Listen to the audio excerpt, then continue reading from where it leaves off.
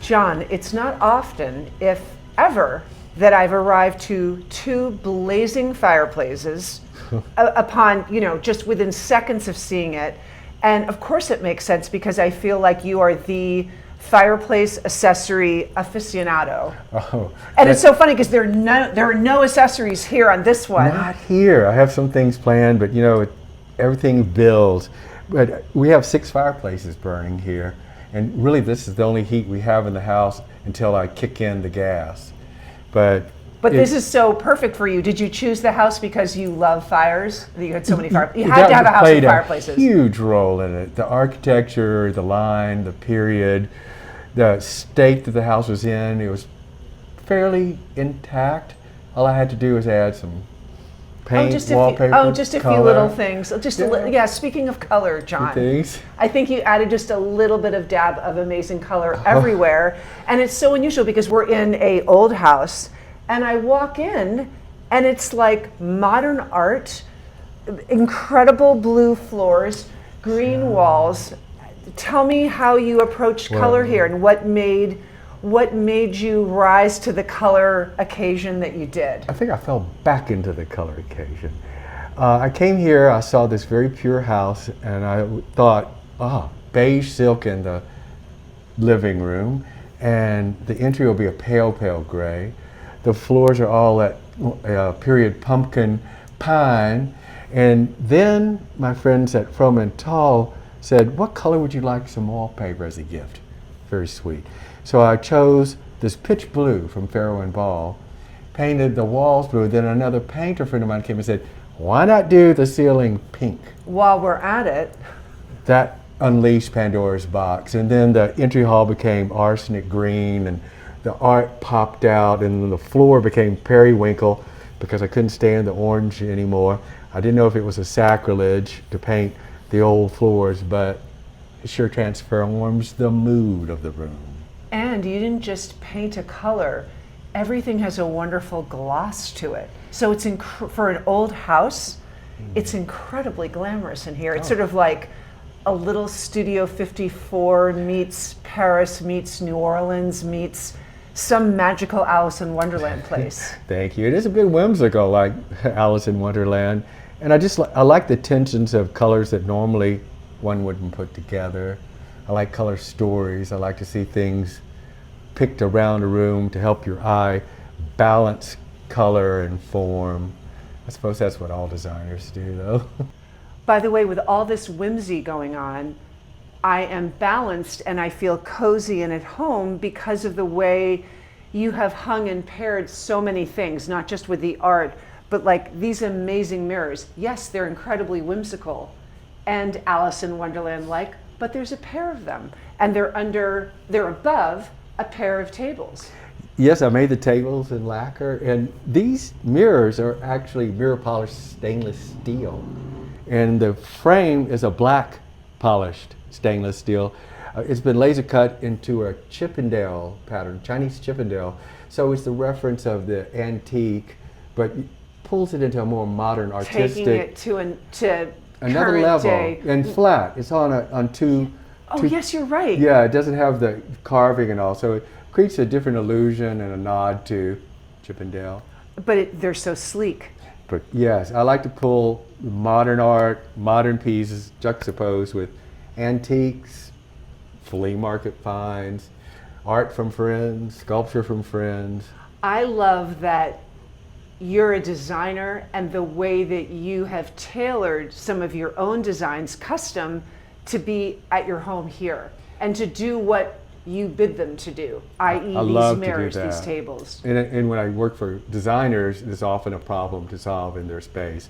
A particular size of a table, or they might want a 13 or 14 foot long console. And so thankfully I can make that for them. I think that people are afraid or never think that if there's a problem and they don't see anything that exists, they think, I still have that problem, what do I do?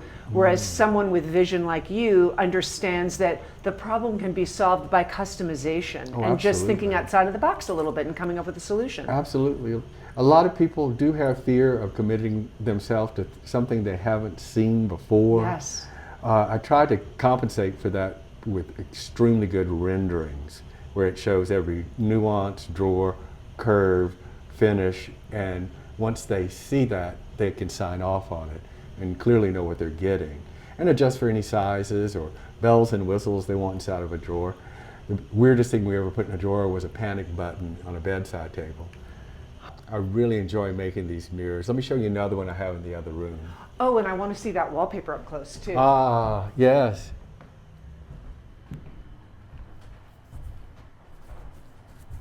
Here's that other mirror. It's actually the first one I did with this method of laser cutting. And it's, of course, to imitate a bullseye mirror with an eagle on top The and eagle. candles. Yet it's smart. on one plane, almost like you're looking into a window, maybe a bullseye window of the past. And nothing's precious here. This is steel. Everything is meant to use. If we drop wine or olive oil on something, I want to be able to come up and have a dog. Like this mother of pearl table, great to eat because it doesn't show red wine stains, it doesn't show grease stains, it just wipes up like Formica, but it looks a lot nicer. It's so chic, I can't even stand it, and I have a feeling that you designed this. I did. Yeah, I love working with seashells, mother of pearl, pin shells. The amount shell. of different textures that are going on here, again, I want people to feel, I'm sure they can tell already, but being in here, it is so cozy, and yet it is so highly, I feel like this could like double for a nightclub. Oh, I don't mind that. I like that But idea. also Yeah. you want to have your grandmother over for tea Sure, here. sure. It does both things so well. I mean, hello.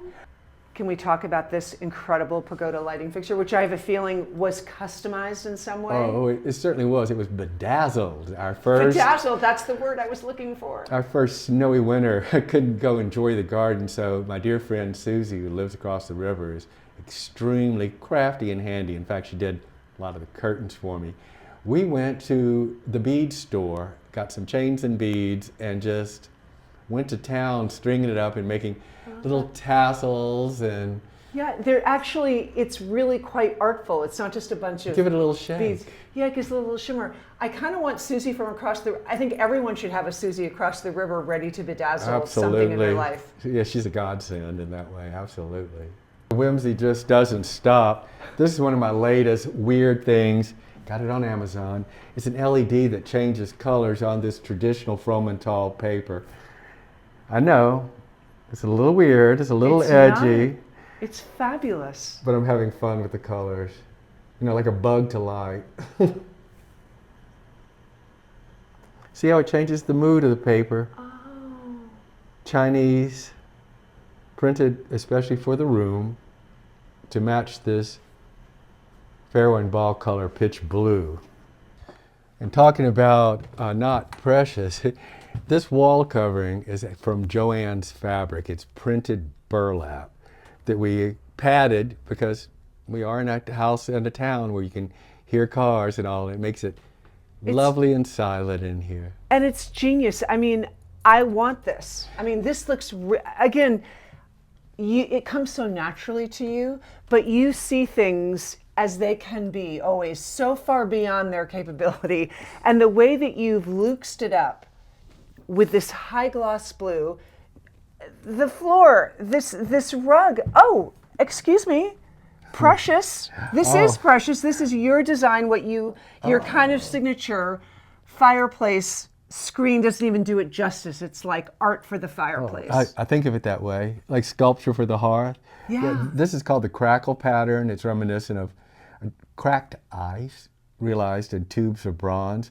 One of my very first things was this Klesmos chair. I designed that back in the mid-'80s. Oh, you just had to throw that out there. Oh yeah, I've had Little mic drop. It could keep it warmer there by the fire. Yes. Oh, it's so good. Headboard moment. I know there's a story behind this. I've never seen anything like this. I mean, you have the looks of these velvets. This is something out of some delicious Renaissance movie. And then all of a sudden, what are these, Well, John? these are ceremonial heads. They're used in the festival of St. Francis to bless the animals.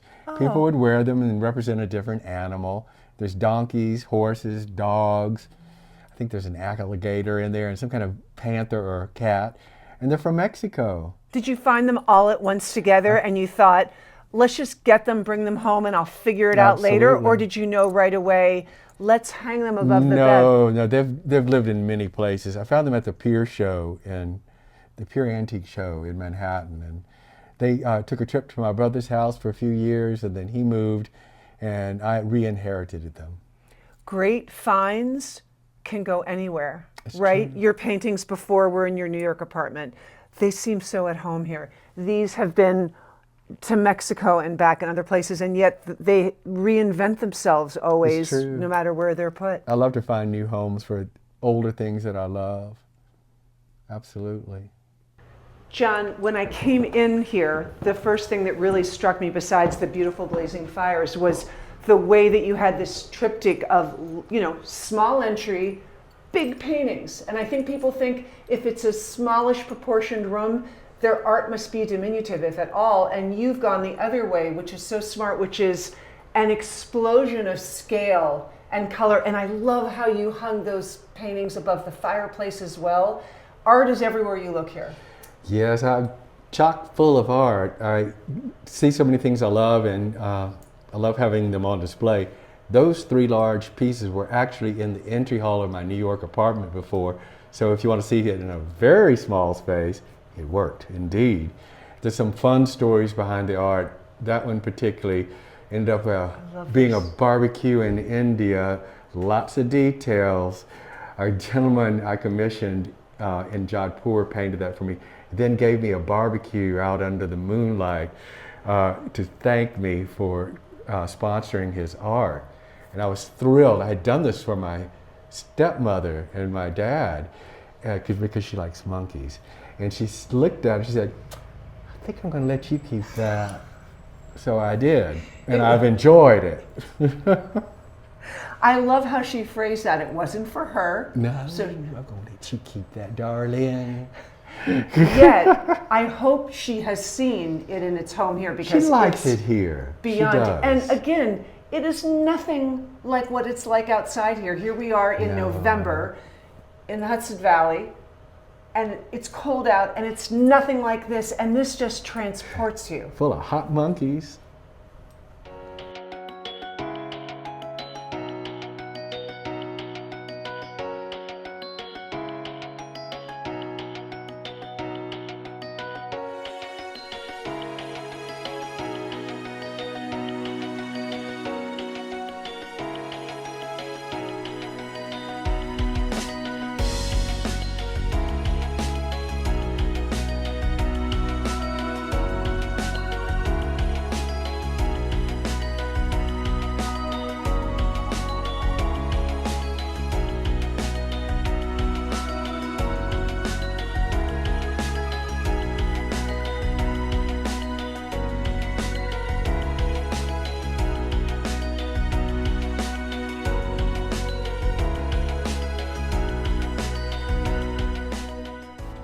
Don't miss another video visit. Click on the orange Q to subscribe and have Quintessence virtually delivered from our doorstep to yours.